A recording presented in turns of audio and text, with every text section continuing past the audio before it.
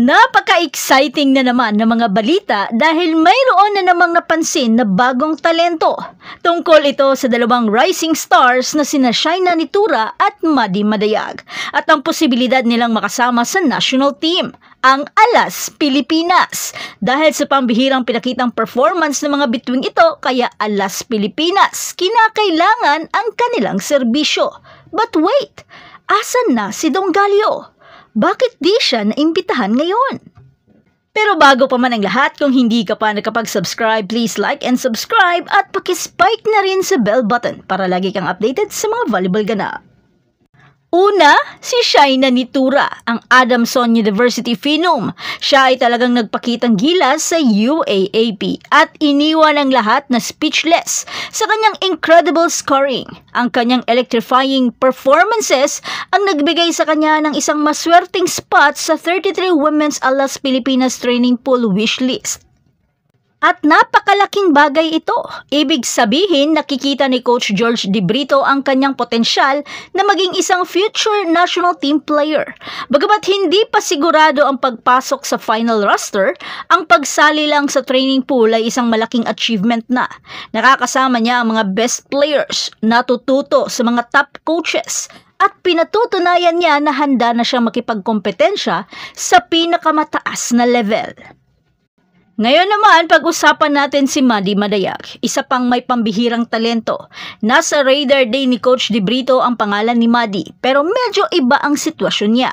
Kamakailan lang ay pumirma si Maddie ng kontrata sa Korobi Aqua Ferries sa Japan. Isang fantastic opportunity para sa kanyang career. Ang international move na ito ay maaaring makaapekto sa kanyang availability para sa Alas Pilipinas training at sa mga future national team appearances. Kaya naman, bagamat siya ay talagang isinaalang-alang ang kanyang partisipasyon sa Alas Pilipinas, ay nananatiling hindi pa sigurado sa ngayon. Pareho sina Shaina at Maddie na nagpapakita ng kamangha-manghang talento sa Philippine Volleyball.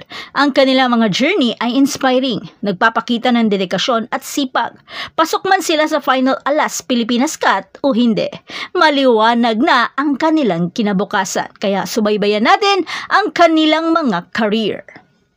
Samantala, nasa kampo na rin sina Julia Coronel at Mars Alba, ang mga setter, at sina Don Macandili Katindig at Andaya, ang mga libero naman. Habang patuloy na naghahanda ang national team para sa ABC Challenge Cup sa Hunyo at sa iba pang international competitions.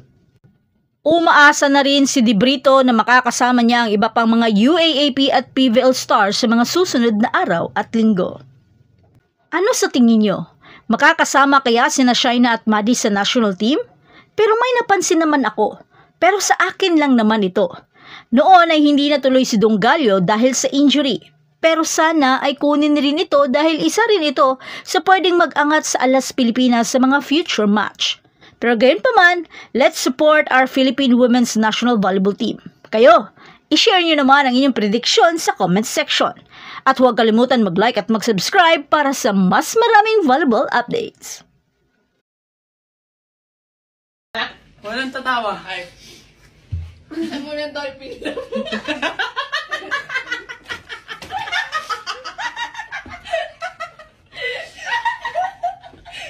Kaninong dolphin tayo? Diyan, nalulunod na ako sa tubig. Hindi ka mangiinom.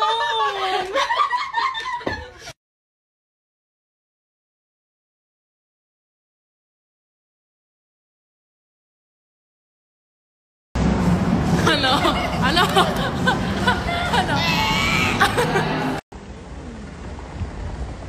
Ginabi na lang talaga.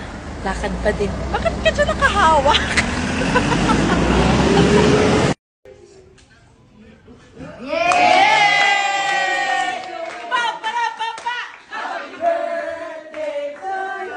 Ate? Anong gagawin ko? Ano? Paano? Isa pa, 1, 2, 3. Oto. Sa'yo kasi iba yun. Ano?